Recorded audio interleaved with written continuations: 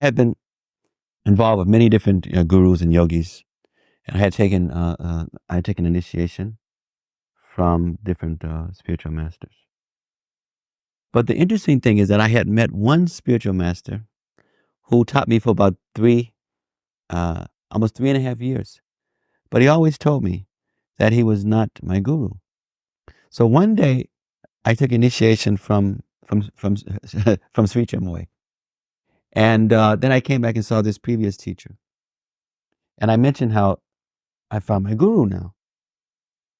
He's given me initiation, and he explains and says that he is a Jagat Guru. So this first teacher kind of laughed, and he said, he's only a Mayavadi. And then he began to explain what Mayavadism is and personalism. And he went on to say, do you really want to know who the Jagat Guru is? And now by now he had let me know that that meant very highly evolved spiritual teacher, a teacher of teachers. And so he paused, and then he asked me again. He said, do you really want to know? And by the time I was getting a little nervous, but I was more curious. And so then he asked the third time. He says, do you really want to know? And I says, yes. And he said, Srila Prabhupada, spiritual master of the Hare Krishna movement. Now, during these 3.5 years, where he was previously teaching me, every now and then, and he was teaching me what's called Raja Yoga and Astanga Yoga, and a lot of kind of metaphysical things. But again, he would always say, I'm not your guru.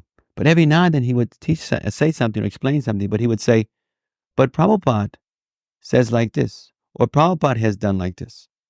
And I thought Prabhupada was maybe his uncle or some friend of his. And so when he mentioned that name again, it rang a bell.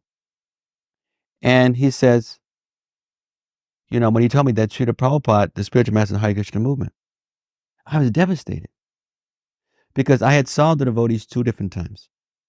And I thought they were very weird, unusual.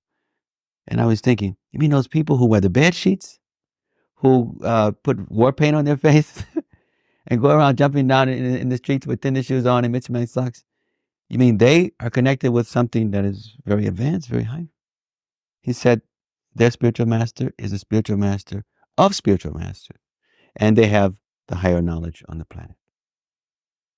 And now it was really bewildering because here I've, been with this person for 3.5 years. He was a tremendous mystic. He read minds and he had all kind of powers and shaktis.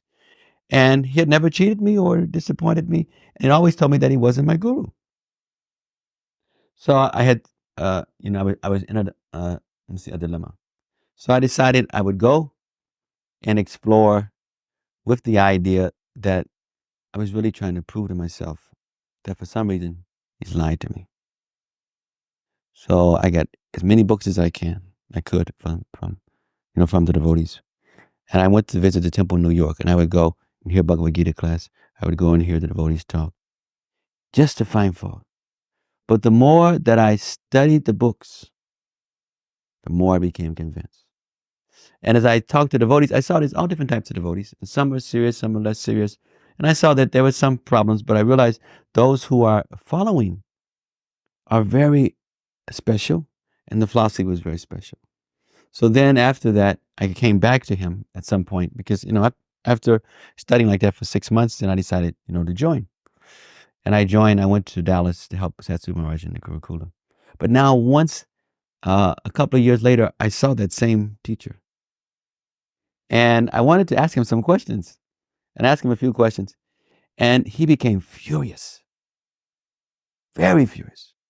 He said, you have met the spiritual master of the universe. And now you're coming back to me, asking me questions. He said, you're not going to get me to make offenses to such great soul. He said, when Srila Prabhupada came to America, there were many, and these are his words, spiritual teachers who knew of his calling. and who should have assisted him. He said, I stopped teaching when Prabhupada came to America. Then he began to explain, I taught you all of these things because I saw you were so entangled, so interested in such things.